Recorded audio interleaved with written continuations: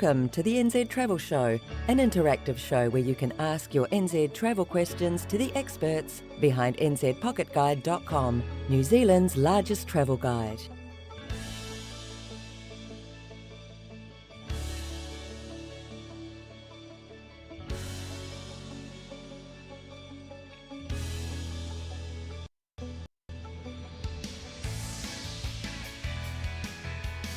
The NZ Travel Show will start in exactly 2 minutes. Just the time for you to hit the like button, ring the notification bell, and subscribe if you have not done so yet. nzpocketguide.com has over 3,000 articles covering all aspects of travelling in New Zealand, from a working holiday gap year to tips for a perfect family holiday. The site also features dozens of pre-made itineraries that you can use to plan your ideal trip in New Zealand. It's all available for free at nzpocketguide.com, so check it out. The NZ Travel Show is hosted by Robin, the Operations Manager of South Pacific Pocket Guide, the company behind nzpocketguide.com. The New Zealand Travel Show is also hosted by Laura, a journalist and editor-in-chief of South Pacific Pocket Guide and all its publications, including nzpocketguide.com. We're exactly 1 minute away from the NZ Travel Show. Get yourself comfortable and start asking your NZ travel questions in the chat. Robin and Laura will go over them when the show starts.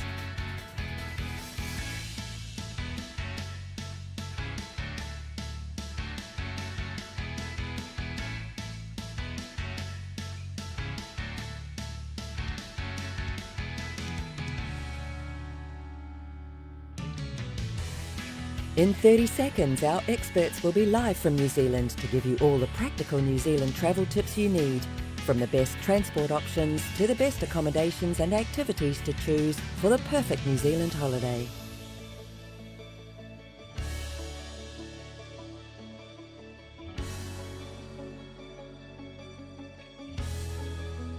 Live from New Zealand, this is the NZ Travel Show with your travel experts, Robin and Laura. Good morning, everybody, and welcome back to the NZ Travel Show. That's right, we are back for another loop of those travel shows. We've been absent for a little bit, but finally, we're here to answer all your questions about traveling in New Zealand. Now, how does this show work, Laura? Well, from now on, every Sunday, 8 a.m. New Zealand time, you guys can come onto the live chat and ask your New Zealand travel questions directly to the experts, which we are behind nzpocketguide.com. That's why we're the experts. That's why we're the experts. That's why we're the experts. So, yeah, if you want to just ask all your New Zealand travel questions in the live chat, and we go through all the questions one by one. But if you do miss the live show, you can also put your questions in the comments section of any of our YouTube videos. And throughout the live show, we will have a bit of a theme, which I will introduce very shortly, before complaining how cold I am. I am so bloody cold. It's winter in New Zealand, and it is absolutely freezing. It's 2 degrees right now. Very frosty mornings here. All right, so let's welcome Rick, which is finally in New Zealand. So since we left, he actually had the time to make it to New Zealand. He's now in Auckland. I thought you were heading to the Bay of Plenty, but yeah, welcome, mate. That's awesome to have you right here in New Zealand. Rick is one of our awesome Patreon supporters. Speaking of Patreon, we also have Adil and Anthony. What are they saying? Yeah, Adil says, Kia ora, Robin, Laura, and all of the viewers. Kia ora, Adil. And Anthony says, Morena from Rodeo, California. Laura, what does Morena mean? It means good morning in the indigenous language of New Zealand, which is Te Reo Maori. Indeed. All right, so don't forget to click the buttons so the algorithm is happy. And let's introduce our theme of the week. So as we are watching ourselves drive through very cold weather, yes, that's right, because this is mostly a podcast, right? We just put you a bit of a video if you happen to be watching. Otherwise, more than welcome to just listen to what we're saying. Today, we're going to be talking about the difference, especially of prices, to renting a campervan or motorhome and traveling around New Zealand versus renting a car and staying in Airbnbs, hotel and hostels. So that's a question that we get from a lot of people. Which one one is going to be cheaper for me because, well, it's a fallacy to think that just traveling with a campervan in New Zealand, you can just sleep for free everywhere. And yeah, when people start looking into it, they realize how expensive that can be. So should we do the math all together today? Yes, let's do that. Here you go. That's what we're going to be doing today, doing the math of campervan versus car rental in New Zealand. All right, before we are getting started, we have Diana S. that says hi from Indonesia. Hi. I do not know the language of Indonesia. Sometimes I show off and say hi in their language. I do not know what language you speak in Indonesia and how do you say hi. I mean, welcome, Diana. Yeah. I'm just really intrigued. And Anthony says, glad to have you back. Yes, we were missing for a little bit, but Anthony, you had videos daily on the Patreon exclusive Facebook group. So I think, you know, we kind of shared a lot of our trips. We shared like 6 weeks worth of trips videos. I feel like, you know, you still had a lot. Man, that weather is not letting out. So this is a drive on the west coast of New Zealand. We literally just put the camera right in the front and you'll see that the weather is extremely quick to change in the country, because I guarantee by the end of this video, which is about 35 minutes, it's going to be bright and sunny. Yeah, so and if I remember correctly, that's the drive between Karamea and Westport. It is correct. Okay, so while you guys are asking us all your questions about traveling in New Zealand, we'll get started with our theme this week. So let's start talking about the basics of the cost of campervan or motorhome rental versus, you know, with staying in a campsite versus holiday parks and freedom camping. So let's talk a little bit about that, Laura.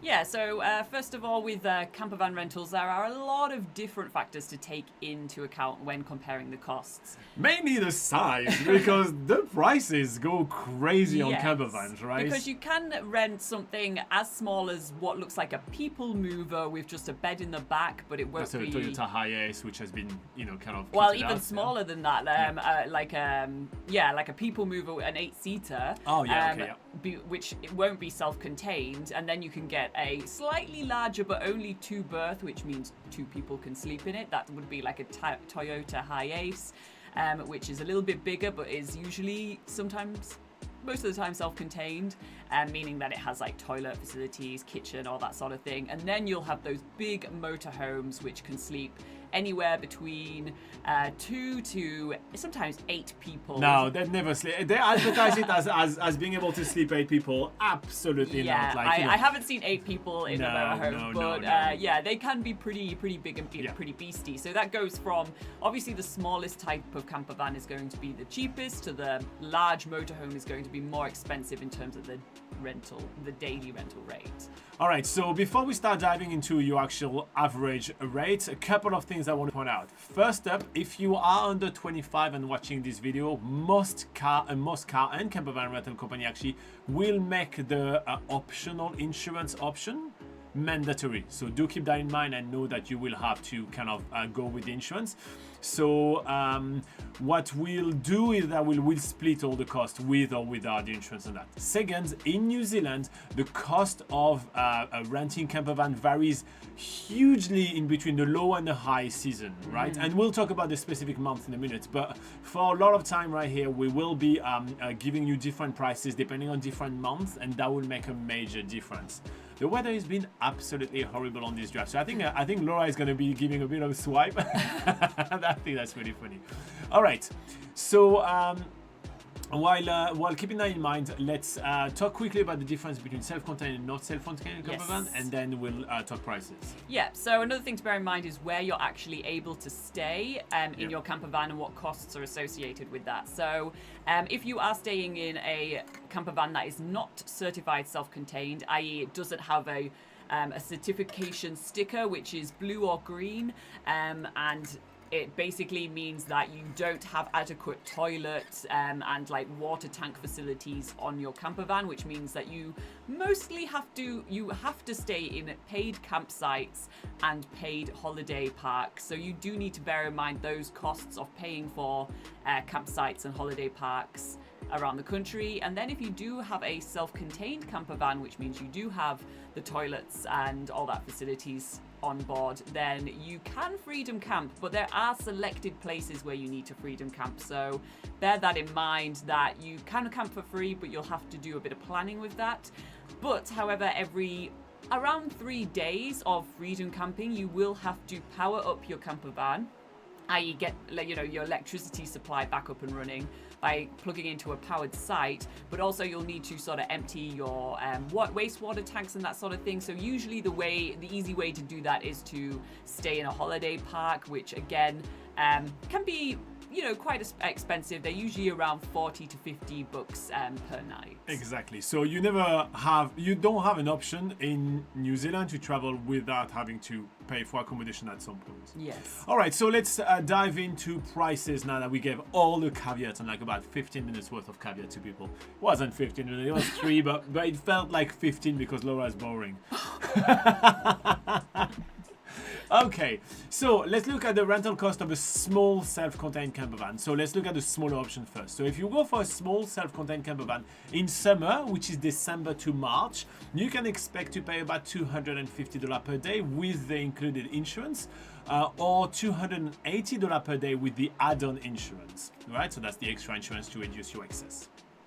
In spring or autumn, which will be April, May, and also the months of September and October, you can expect to pay about $180 per day with the included insurance, or about $200 per day with the add-on insurance.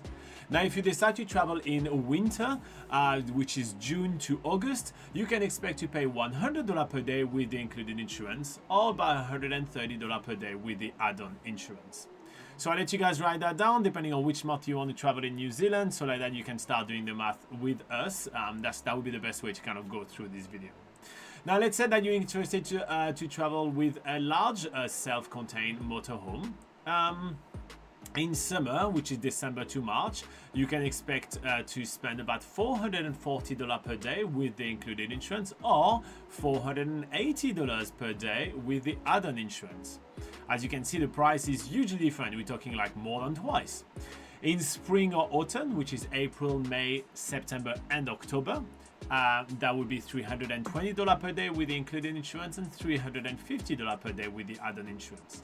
And in winter, which is June all the way through August, is $240 per day on average with the included insurance, and $300 per day with the add-on insurance.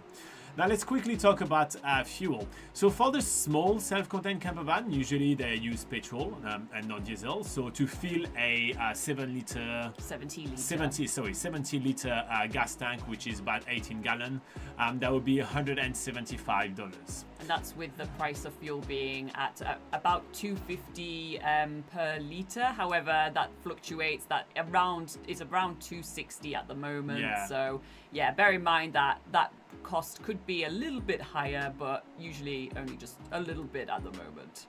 And so when it comes down to the large self-contained campervan, if you were to fill up a diesel instead, so it would be the same if the price of fuel is about the same if you're using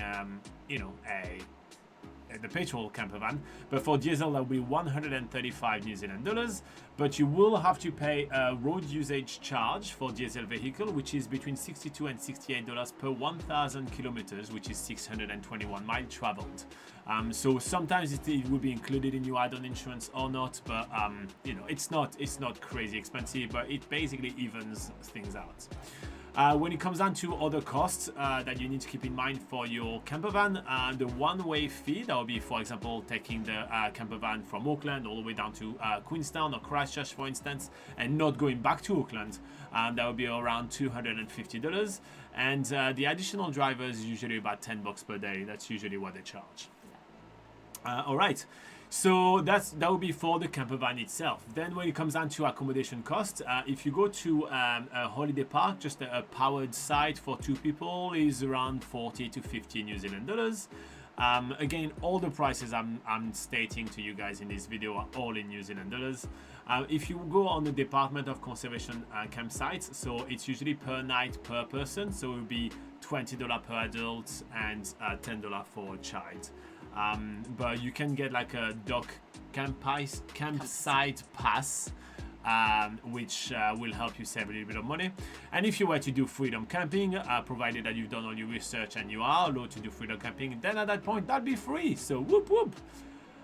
So let's take some example quickly. Let's do a bit of maths, right? Because I threw a lot of price at you guys, and you guys are like, what am I doing right here? So if we were to look at the cost of 2 weeks in a small camper van in New Zealand, your camper van rental for 2 weeks in spring. So again, we have to kind of caveat all those things, kind of nicely. But in spring, that will be for the camper van itself, 2,520 New Zealand dollars. For the fuel cost at 12 liters per 100 kilometers, and saying that you're traveling 1,500 kilometers, that would be $450. Let's say you do, out of those 14 days, you do 5 nights in holiday parks, and then the rest you do freedom camping. So for the 5 nights in the holiday parks, you do $200. Couple of places you won't be able to find freedom camping, so you end up having to go to a department conservation night. For one night, it's $40 per person. Oh yeah, so that would be one night, $40, so that's $20 per person. So your total is 3,210 New Zealand dollars. So obviously that will fluctuate quite a lot, but that's kind of a good way to kind of keep that in mind. So we are $3,210 for travel in spring with the camper van, doing a mix of freedom camping and a couple of holiday parks around. Cool, so that wraps up the camper van kind of section. We'll do the exact same math with a car rental and staying in hotels / Airbnbs afterwards, and then we'll be able to compare together. But first, we'll get back to answering your question. We have Rick that is talking to us. Yeah, he says, the Auckland weather is luckily treating me well. I will tell more during the Patreon show. Awesome. Yeah, so what we're doing, so we have a couple of people that support us on Patreon. If you want to join us, that's a lot of fun. We help you plan your full trip. We do itinerary planning and all this kind of good stuff. But most importantly, we actually do a group call, like a Google Hangout or Google Meet, every week for about an hour, and we just chat together about our current experiences in New Zealand and all that, and we kind of do a bit more like one-on-one support. And Rick is currently in New Zealand, so I'm looking forward to hear from the beginning of his trip. Adil says, what is a people mover vehicle in New Zealand? It was spoken about earlier. Yeah. So go for it, Laura. Yeah, so it's Soccer mum van. Yeah, it's basically it's a car that is not quite a van, but it still will fit maybe 6 to 8 people in the whole vehicle. So Alphard, El Grande. Yeah, so Toyota Alphard is a people mover. Nissan El Grande. El Grande. I'm trying to think of the really popular not Hiace, Toyota. Ooh, there's a really popular one in New Zealand. I forgot the name. I've read it and seen it 1,000 times. I just can't remember it. But Rick says Odyssey is another people mover. Yeah. So I think that's a Honda Odyssey would be a people mover. So Nissan Serena is a popular one. Yeah. Toyota Estima. That's the one. Yes. That's the one. Very popular make in New Zealand is a Toyota Estima. Toyota Voxy as well. I think they usually can fit up to 6 or 8 passengers. The Serena, the Noah, the Mazda Premacy is a really popular one we see a lot as well. So yeah.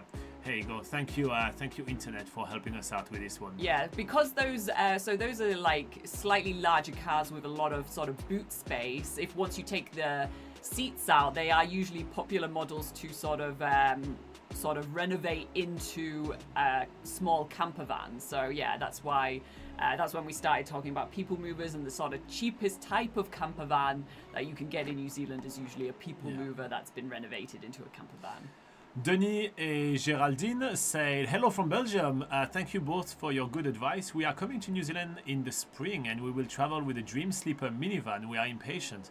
I think the Dream Sleeper are is it the luxury brand from Spaceship? You know, the one where they do the same Spaceship, but they just price them higher because they're painted black? I think so, but I'm not 100% sure. Yeah. But I think they're the one that's that. Yeah.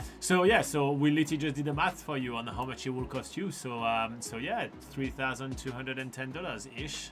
If we did the math correctly, and if prices of petrol stay correctly in place, which petrol is notorious to never kind of change prices or anything. Yeah, and those prices that we did was more for a slightly larger camper van, like a minivan, like a Toyota Hiace. Yeah. So maybe a Dream Sleeper might be a little bit cheaper, but probably not too much cheaper, to be fair. Yeah, and it won't change the prices of anything else, right? No. And also, we have not included the cost of the ferry. We have not, which no. will make a difference as well. It's about a $200 difference between a car size kind of camper van to anything bigger than that. It's about $200 difference. Yeah. So that kind of makes a difference right here. Yeah, but if you do look at this article, that will be linked in the description below. We do have links to our ferry crossing article, which then gives you sort of cost breakdowns for the different types of vehicles. So yeah, do take those costs into consideration as well. Yeah, I may add the cost of the ferry after this show myself, just because I can. Just to make it easier, Yeah, just because I can make it easier for you guys. All right, continue with all your comments and questions. Adil, Rick, Denise, Geraldine, Diana. Yeah, go for it. And Anthony as well. In the meantime, we'll continue and we'll talk a little bit about the cost of car rental versus hotels and hostel in New Zealand. All right, so a couple of caveats. First up, so again, if you're under 25 years old, you probably will have to pay that extra insurance that I will mention every single time. And obviously, all the extra costs and price below are just kind of estimate on based on the season. So the prices are going to change a lot. So everything I'm going to go through right now is going to be depending on which month you're traveling in New Zealand, and it makes a huge difference. So let's have a look at the rental cost for a small car. So we're going to get started with small car, then we're going to talk with a bit larger vehicle, right? So a small car in New Zealand in summer, which will be December to March, will be around $80 per day with the included insurance, so about $100 per day with the add-on insurance. In spring or autumn, which is April, May, and then September and October, you will be paying around $50 per day with the included insurance and around $70 per day with the add-on insurance. In winter, which is June to August, is when the price is at rock bottom, and you can pay about $30 per day with the included insurance and about $50 per day with the add-on insurance. Now, when it comes down to petrol, to fill a 42-litre gas tank, which is about 11 gallons, is about 105 New Zealand dollars. Again, all prices stated right here, all in New Zealand dollars. So if you're planning on getting yourself a much larger vehicle, it's absolutely fine. Those either four-wheel drive or you know, like usually like an SUV type those kind of thing, things. Yeah, something with a lot of room for the whole family. And the rental costs for a car are as such. In summer, December to March, you will be paying about 180 New Zealand dollar per day with the included insurance, or about $200 per day with the add-on insurance. In spring or autumn, which is April, May, and then September to October, you will be paying about $120 per day with the included insurance, or around $140 with the add-on insurance, Laura. In winter, which is June to August, you'll be paying about $70 per day with the included insurance, or about $90 per day with the added insurance. Now, usually, filling up those vehicles is a little bit more expensive with a 50-litre gas tank, which is about 13 gallons, and that will run you down about 125 New Zealand dollars. Now, when it comes down to other costs, the one-way fee is always about 250 New Zealand dollars, so that's going to be about the same price. About the same, yep. And the additional drivers is usually about the same price as well, which is $10 per day. Or some companies will do it for free, so you can look into that. Some companies do it for free, and we actually name them on NZ Pocket Guide. We actually always state whether it's included or not. Exactly, yeah. And by the way, have you guys noticed how amazing the weather is on this video? It's literally the same drive, right? We didn't we didn't cut the video or anything, but it started under the snow. All right, so let's look at the accommodation cost. So if you decide to stay in like a hostel and you want your own private room, that would be about $80 per day. If you want to stay in a hostel and you are okay with staying in dorms, so the price is per bed and it's between $35 to $40 per night. Airbnb for private rooms is about $100, and if you own a hotel room, it's about $200. So let's do some example. So if you want to rent a small car and staying in hostel and Airbnb in New Zealand for 2 weeks, so we're doing the exact same comparison that we did with the Campervan. The car rental for 2 weeks in spring will be about $700. Then the fuel costs for 1,500 kilometers at 8 liters per 100 kilometers, that will be about $300. Then staying in a hostel for about 12 nights in a private room, that will be $960. And let's say you treat yourself to 2 nights in an Airbnb, that's $200. So your total will be $1,890. So if you compare that to the campervan that we were talking about, that was $3,210. So we're talking about half the price. Yeah. So it's significantly cheaper. Exactly. Yeah. But now let's look at if you decide to go for a larger vehicle. Let's say you're hiring a larger car, right? So your car rental for 2 weeks in spring will be $700. That is wrong. In spring? In spring, it's $700 and $700. Yeah. Oh yeah. So I think just that number that I just told you right now is wrong. Let me just quickly do the math just so I'm correct. So that's 120 times 14. Laura, 120 times 14. Sorry, give me a second. We just updated the article and we just may have copy and pasted the formatting but forgot to change the number, which is what just happened right here. So 120. Yeah. So that's 1,680. That's correct. That's what gives us the much bigger prices. So 1,680. Then your fuel cost at a 12 liter per 100 kilometers, because the SUV usually use more gas, will be for the same 1,500 kilometers. That'd be $450. And staying in a hotel room for 14 nights, that would be 2,800. So your price is then 3,950 New Zealand dollars. Yeah. So as you can see, we're back to like being about even, right? So it really depends which choices you're making of the size of the car as well as which accommodation you are planning on using, right? So do keep that in mind when you make your comparison. Again, the prices can change tremendously between one and the other, but do keep in mind that when you just do the basic math with the average prices around, you can already see major difference between your options. And also when it comes to the enjoyment, but we'll talk about that a little bit later. Before that, let's go back to the live chat and see if anyone has any questions. No one has any questions. No one has any but questions. If you do have any questions, let us know in the live chat. Yeah. Don't be shy.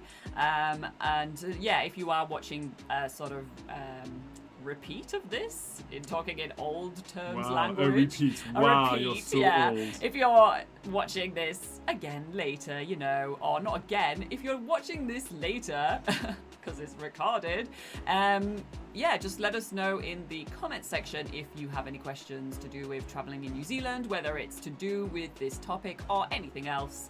We are here to help you, and make sure that you do check out nzpocketguide.com, which has basically all the information that we tell you guys in written form, so you can sort of, take in all those numbers a bit more. And it's usually, just sort of easier to sort of see the breakdown visually as well. So I just literally threw you a wall of words and numbers for a while, but it is helpful to follow on the website for sure. Absolutely. So let's continue covering this option, right?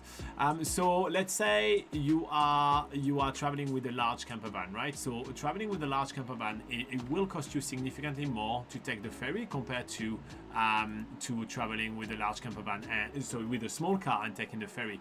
And I think that's something that you need to consider when you are booking your trip as well, because that would be also another significant difference, right?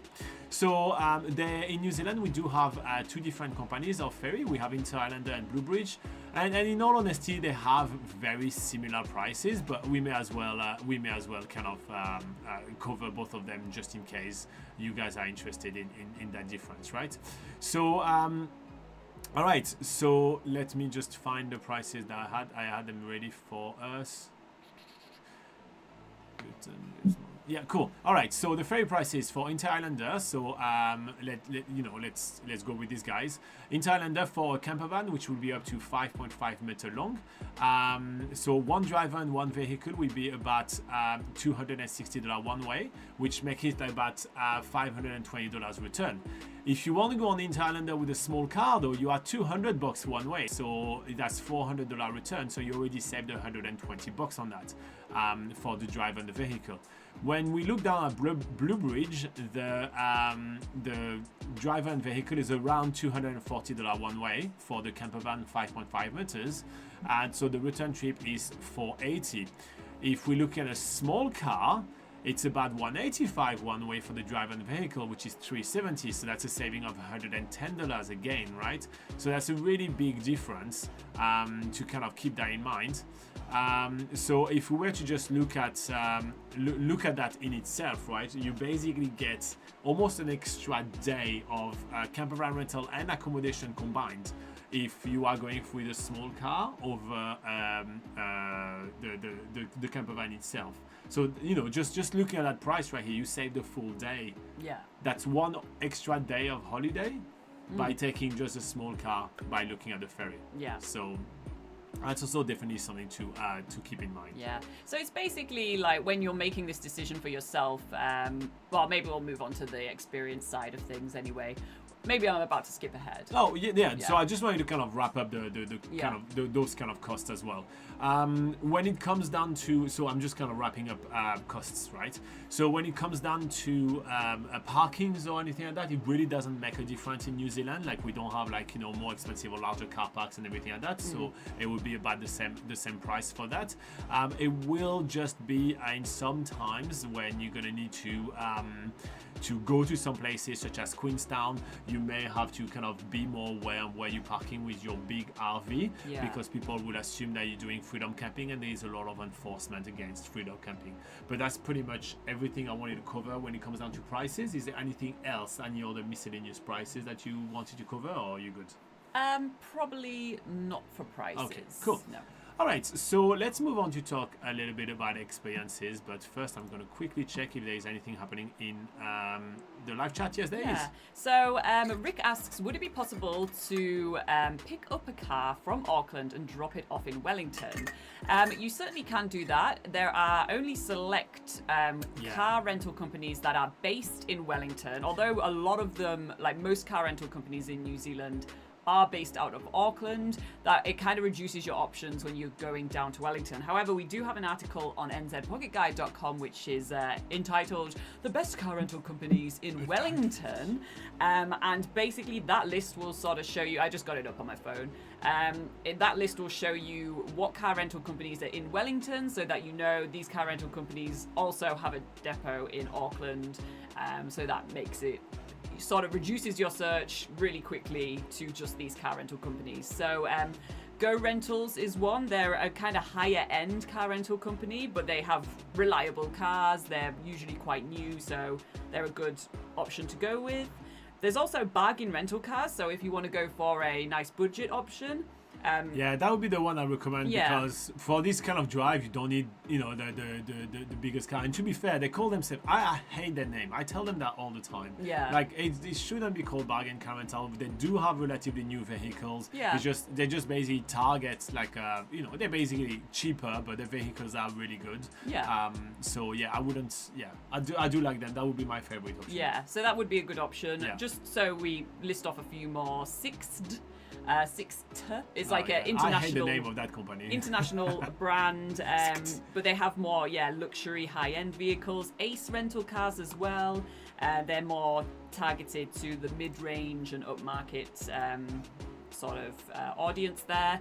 Omega Rental Cars, so they are they're a bit cheaper. They're also slightly more budget and worth looking into. They also have, if you were, for instance, to take the ferry and from Wellington to Picton, they also have a depot in Picton, so you can save money on the ferry crossing, and then pick up say you were to go to the South Island. That's usually the advantage of going with Omega. And then Apex Car Rentals is another quite high-end one. Easy Car Rentals is quite high-end as well. Enterprise, that's an international one, as is Budget Rent-A-Car. And is that it? So that's basically a quick list for you. Again, you can find that on nzpocketguide.com.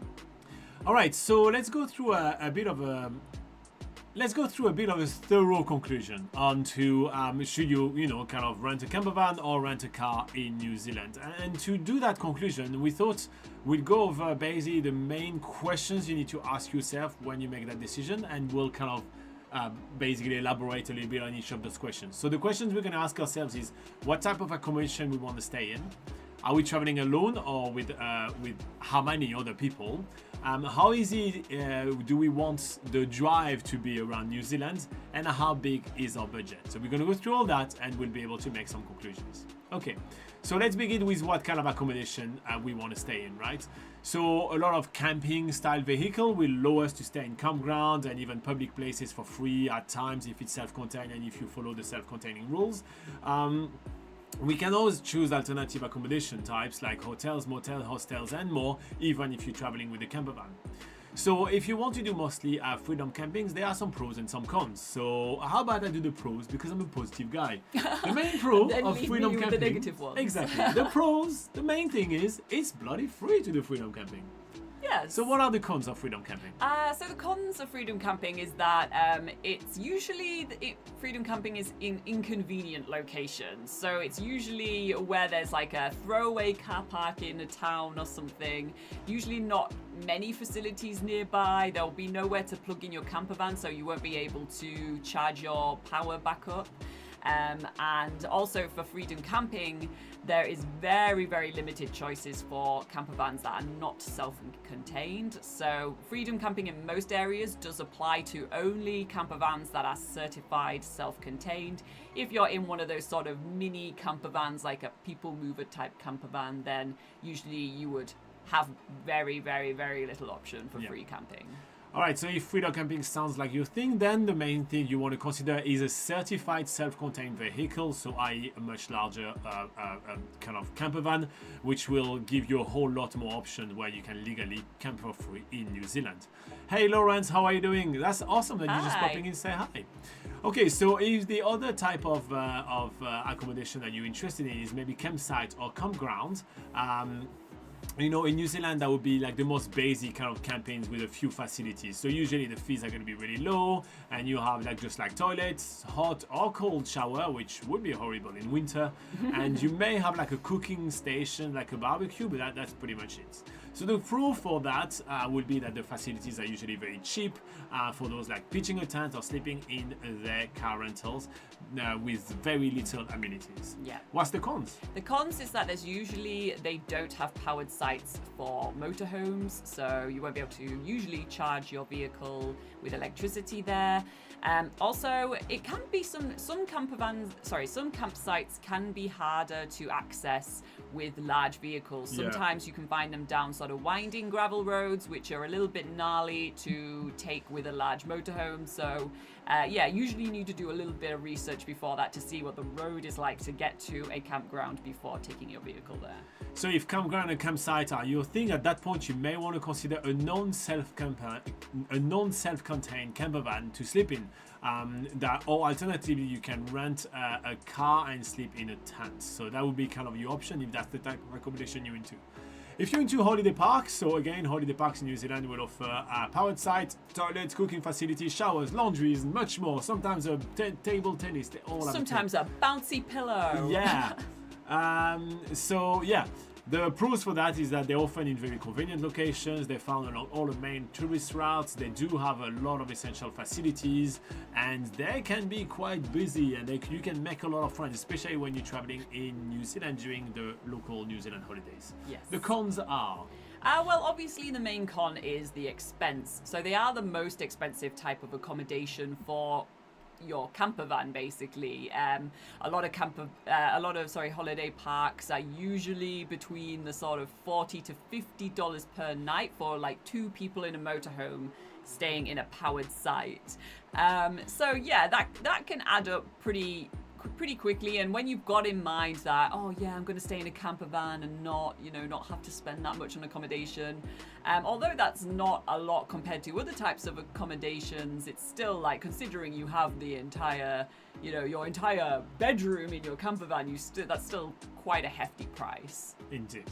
So if that sounds like your thing, you want to just do around the holiday parks and everything, you are probably wanting to rent a campervan to use its battery run amenities often, and just kind of do the self-contained kind of things, and just do holiday park every 3 to 5 days. So that's kind of like more of the balance that you would want to do. They also have good options for non-self-contained kind of renters that when you will need the facilities and you feel like you actually want more than a 10 by 10 centimeters place to cook. That's also a good option for you. The next option is backpacker hostels. So there's a lot of hostels in New Zealand. A night in hostels is usually about 35 to 45 New Zealand dollars per person. And you can get private room for like 80 to $125 depending. So the pros is that they have all the essential facilities, including a bed, at a budget price. The cons is that they are more expensive than the accommodations we just mentioned, like the campsites, the holiday parks, freedom camping. Obviously, hostels are still a little bit more expensive than that. So if you think that's your thing, then at that point you rent a small car, or even you can travel by bus, and that's the best kind of way to go about. Yeah. When it comes down to motels, they will range between $130 to $250 per unit. So usually you don't have like a limit on people. I mean, they usually say like maximum 4 people or something. Yeah. That's more kind of like the way that is. So the main pros for motel is that you have complete privacy, comfort, you have all the facilities you need in one unit. Usually they even have like the small kitchenette and everything. What's the cons? The only con really is that it's more expensive than staying in a hostel. So a hostel would have all the facilities you need, but it's more but hostels are shared. But then, yeah, in a motel, it's more expensive to make all those facilities private to you. So at that point, if that's more like your vibe for accommodation, definitely just rent a car. That makes your life vastly easier. Then in New Zealand, we're going to wrap it up with hotels and lodges, and at that point, it's over $150 per night per room. You usually have a double bed. There is no kitchen in there or anything like that. But the pros is that you have complete privacy and you have the luxury of a true holiday accommodation every time. The cons are? Well, the cons are it's certainly not the budget option. It's more expensive than all the accommodation options that we've mentioned so far. On top of that, there's usually no option for self-catering. So if you're trying to stick to a budget by cooking your own meals, then usually that's not an option if you're staying in hotels and lodges. They're more of the holiday experience. If you want to treat yourself, and usually you would sort of go out for dinner or eat at their restaurant on top of that. All right, so the video has looped, by the way, and so that means that we're seeing ourselves in the snow again. But we're gonna continue this live show, and we'll continue with the questions you have to ask yourself to choose if you want to do campervan or car rental. But first, we're gonna answer Denise and Geraldine's questions. So they say, we have a question about the ferry to Waiheke Island. We saw that our van exceeded a few centimeters in height. Do you think it would be accepted, or should we contact the ferry company? So first up, yes, you have to contact the ferry company, and second, it really doesn't make sense to take your campervan or your car rental to Waiheke Island. There is a very good bus that is really cheap that you can go around most of the places, or you can rent bikes. Waiheke Island is usually more of a day trip. You don't go Waiheke Island for much longer than that because there is not that much to do in there. So to us right now, Laura's face that she made, like you're probably making the wrong choice. You just take the ferry on foot to Waiheke Island. That's the best way to go about it. But hey guys, if you want to join us on Patreon, we can help you actually plan your trip and avoid those kind of mistakes. All together. It's a lot of fun to plan your trip together. There's a link in the description below, and it's cheap as chips. So yeah, if you want to do that, you can. But yeah, the short answer to yours is contact the ferry company if you want to, but seriously, you shouldn't. But yeah, just consider going on foot and either not renting. I assume you would maybe be renting your campervan early into your trip from Auckland, perhaps. And if you're that's a lot of assumption, but yeah. Yeah, but maybe consider not like leaving it a few days before you pick up your rental vehicle. And yeah, just experience Waiheke Island on foot is usually a lot easier and cheaper. Yeah. And then you can take transport once you arrive over there. Bingo. All right.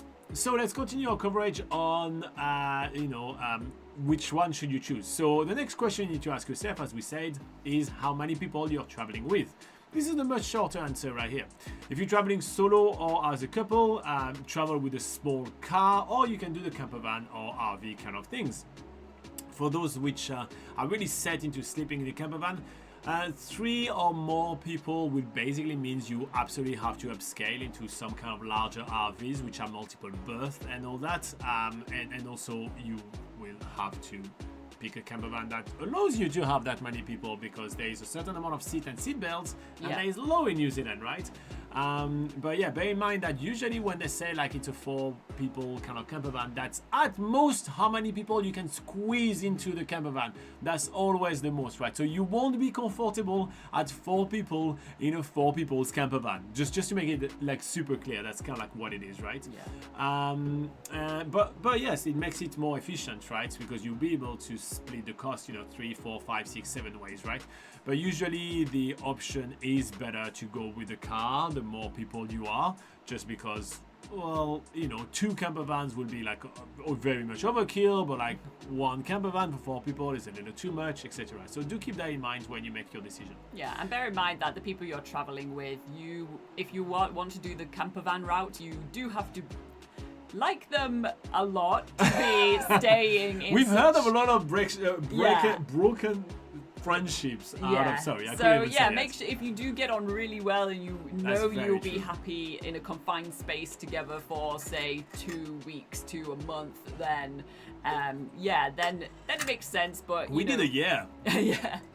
But if you're, if you're not sure, if you're like, oh, maybe we prefer a little bit of time where we can have our own space, or just more space to sort of, have to yourself, then you might want to consider staying in hostels or motels or hotels, whatever your vibe is. Okay, so next consideration is how easy do you need the driving to be? So it obviously depends on your kind of level of tolerance and also your experience as a driver, right? I personally do most of the driving when we travel around with Laura, and we do know that the New Zealand roads are extremely winding, often very narrow, often gravel roads. I mean, you can see the drive right here, right? That's kind of one of the main highways of New Zealand. That's kind of what it looks like, right? Yeah. So if you're not really confident with big vehicle, then renting a car or even a small campervan is always a better option, because the bigger the vehicle you get, the more you have to be aware of how much of the road you're taking, how top heavy the vehicle can be, because all those kind of vans with an extra top on top of it means it gets much more winds and weight on top that it's designed for. So those falling over is actually a common occurrence, especially in summer in New Zealand. So how much space you need for your parking, for your, doing the roundabout, all these kind of things, right? So you may want to kind of consider that one and basically have a strong look at yourself and your skills and your enjoyment as well of the drive, because in New Zealand it's a road trip country. You'll be driving hips. Yes, absolutely. All right, and finally, the last question that you need to ask yourself is how much do you want to spend on your car rental and campervan, right? So we just split the cost quite a lot, for you already, and like renting a car can, run you up, depending on what kind of car you want to get, close to $200 a day. We were talking about, in the high season. And then for a campervan, for the large campervan, it can be all the way up to like, a nice $450 a day, or almost $500 sometimes, right? So it's a lot of money right here. So that's also budget which is taken away from other things you want to be doing. So make sure that you do keep that in mind when you make your decision. So if I had to make like an overall conclusion of which one is cheaper, right? Is it better to get your campervan and try to do freedom camping with a sprinkle of holiday parks, or is it better to take a car and go from Airbnbs to hotels and everything, right? So bearing in mind that we've done that video before, and obviously we're just updating it right here, I think that the conclusion is still the same, that when it comes down to the enjoyment of both the drives and the places, as well as the budget, the combination of budget accommodation and small car comes out on top. Yeah. So contrary to popular belief, the freedom camping in a campervan thing, because campervan prices are going up and up and up and up, with a lot of company consolidating together, like a lot of those companies are just kind of keep buying each other, and now the prices they're all about the same price now, because monopoly hints that. So it tends to now be better to do car plus budget accommodation if you can tolerate that. And when it comes down to like getting a large SUV kind of vehicle, then at that point you're actually better off doing a campervan. So it's kind of like it's like smaller car, which will cost you much less on gas, or campervan, and last option will be like the large kind of SUV. So that's kind of like what our conclusion kind of is when it comes down to like straight cost. But when it comes down to enjoyment, I actually kind of follow that one as well. I think driving a small car around those tiny winding roads is so much easier than the rest. Also, that means that you have to go to the gas pump less often, and you do have more, you do have more freedom right here. So I think it makes more sense. So that's my personal opinion based on all the fact that we just discussed right now. So obviously make sure that you have a good watch of the video and a good read. And you do a good read of the article that is linked in the description below, where you have plenty of information. All right, Denis and Geraldine says, last question of the day. You can have many more questions. Are there currently large variation in the price of Fuel, I think. fuel as in Europe? Yeah, no, definitely. As Laura was saying, right now it's about 260, but it was 240 liter 2 weeks ago. Sometimes it goes up to 280, and I'm talking per liter. And New Zealand dollars. And New Zealand dollars. So yeah, obviously it does vary a lot. It's kind of something which is not controlled very much by New Zealand. It's controlled by outside events. So yes, there is obviously quite a lot of variation in between. But there's nothing you can do about it. I was like, we don't really have tips for you, mate. That's just what it is. It is what it is. Yeah. But yeah, at the same time, we are not 100% on the gas. I'm sure gas prices are going up and down in Europe as well. Yeah, so. Obviously we don't know what's going on in Europe or North America. Yeah. Anything like that. We're just telling you what we experience here in New Zealand, right? So we can tell you what it is in New Zealand, and then you can sort of make your own comparisons from there, and you determine whether that's expensive or not, I guess. The most expensive that I've experienced prices so far in my lifetime in New Zealand. When I arrived in New Zealand, right, it was below I remember paying one time it being $1.10. I was like, I cannot believe prices went above $1 for gas. I remember that. I remember that day, and I was like, it has to come down. There's no way it's going to keep going up. And it has. Well, how dumb was I? So yeah, but the most expensive I've seen it in New Zealand was $3.10. During COVID, we had one time when it was $3.10, and that was really, really high. But that's the most expensive I've seen it in the country so far. Yeah. Hopefully, we're not gonna go near the $3.10 for a little while. But with my track record of predicting, I am pretty sure it's gonna be just tomorrow. Yeah. Who knows? You know what I mean? It has been sort of sticking around the 250 mark for quite a while. Whether it's 240 something or 260, it's just around that area per liter. It has been for quite a while now. I have to be honest, this is not the prices I remember as much, you know what I mean? Just because it's just I've just kind of closed my eyes and cry. It just happens to you, and that's it. You know what I mean? What's the current gas price in Europe, Denis and Geraldine? Do you want to share with us a little bit, or what's kind of the fluctuation in the range, just so we actually know? Are we complaining too much, and is it much more expensive for you, or no? Maybe it's the case. Who knows? Or maybe it's about the same. Yeah. All right. So we're gonna slowly wrap up this show. So we've been together for almost an hour right now. So just with a quick reminder that if you want to help us out, you can join us on Patreon. That's always really awesome to have new people coming on board, even if it's just for 1 month or something. It is a lot of cool thing, and it's genuinely is the best way to help us. Another way to help us is to click on all the crazy buttons all around. The algorithm of YouTube only responds if you click like or dislikes, or if you comment. If you say like you hate us in the comments, Google actually really likes it. It's just, listen, the internet is wrong. But it's built wrong as a default. So you can do some of those kind of things as well. And sharing this with your friends is quite cool. We're here every week at about the same time to answer all your questions about traveling in New Zealand. So feel free to write down a bunch of questions and show up one week. If sometimes you've been watching us and you're a bit shy, you watch the replays or anything, feel free to list all your questions and we can cover them together. And that's kind of what we do for you. Let's say you have like 5 questions about your trip to New Zealand and you want us to answer them. You can put them in the comments right now, even if you're watching a replay. And we'll answer them for you next week. We're here for that. We're here for you. Rick says, see you in the Patreon meeting. Yeah, no problem. Adil says, what about area to area? Are the prices of rentals in major tourist area the same as those in a not so popular? So when it comes down to the car rental, they're pretty much all about even. But when it comes down to gas prices, obviously never fuel your car near the airport, mate, because Ryanair is probably 290 near the airport. Don't be crazy. So don't do that. But yeah, there is definitely vast difference of prices when it comes down to gas, but when it comes down to kind of car rental, it's about the same price. In fact, I'm going to say that in the least popular area, some of the small spots, like let's say around Topo and everything, the prices of car rental is actually vastly superior, vastly more expensive than it is in Auckland or something, because there is less competition. There's only one car rental in Topo, which is Avis, for example. So they charge whatever they want, and that's it, right? And they're Avis. Yeah, and they're Avis. So that would be the answer. That's a very good question. Thank you, Adil. Denis and Geraldine said it's about 170 euros, which is about 3 New Zealand dollars per litre, depending on the region. There are a lot of variation. Okay, here you go. Well, so you're going to have a good surprise in New Zealand. It's going to be cheaper for you. So happy days.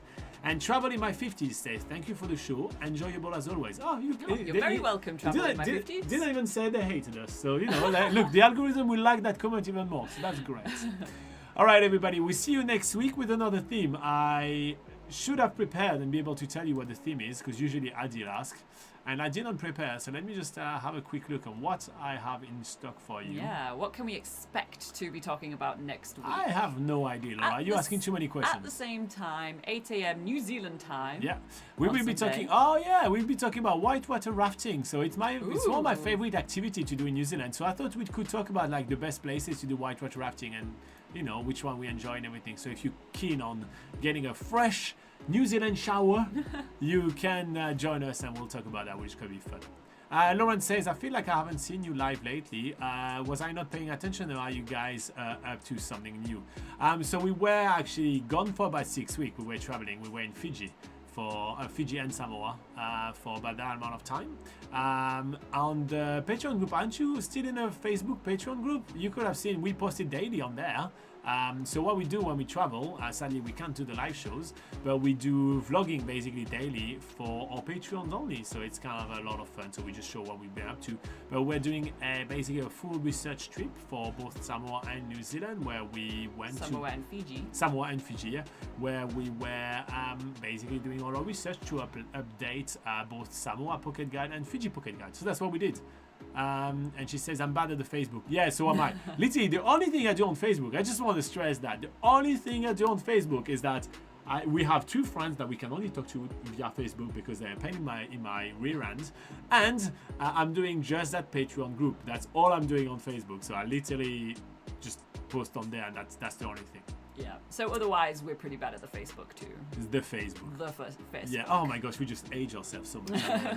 All right. Cool. And I hope to enjoy the Fiji. Okay, cool. Well, if you are heading to Fiji, my friends, we do have Fiji Pocket Guides, and yeah, we got plenty of tips as well. So yeah, here you go. Denis and Geraldine says, and we are happy to see you again. Oh, that's lovely. Well, we'll see you next week, my friends, at the same time. Bye-bye, everybody. We'll jump on the call right now, by the way, for all the Patreons. Yeah, we're going to be on the call right now. Bye-bye. See you next week, everybody else. Bye.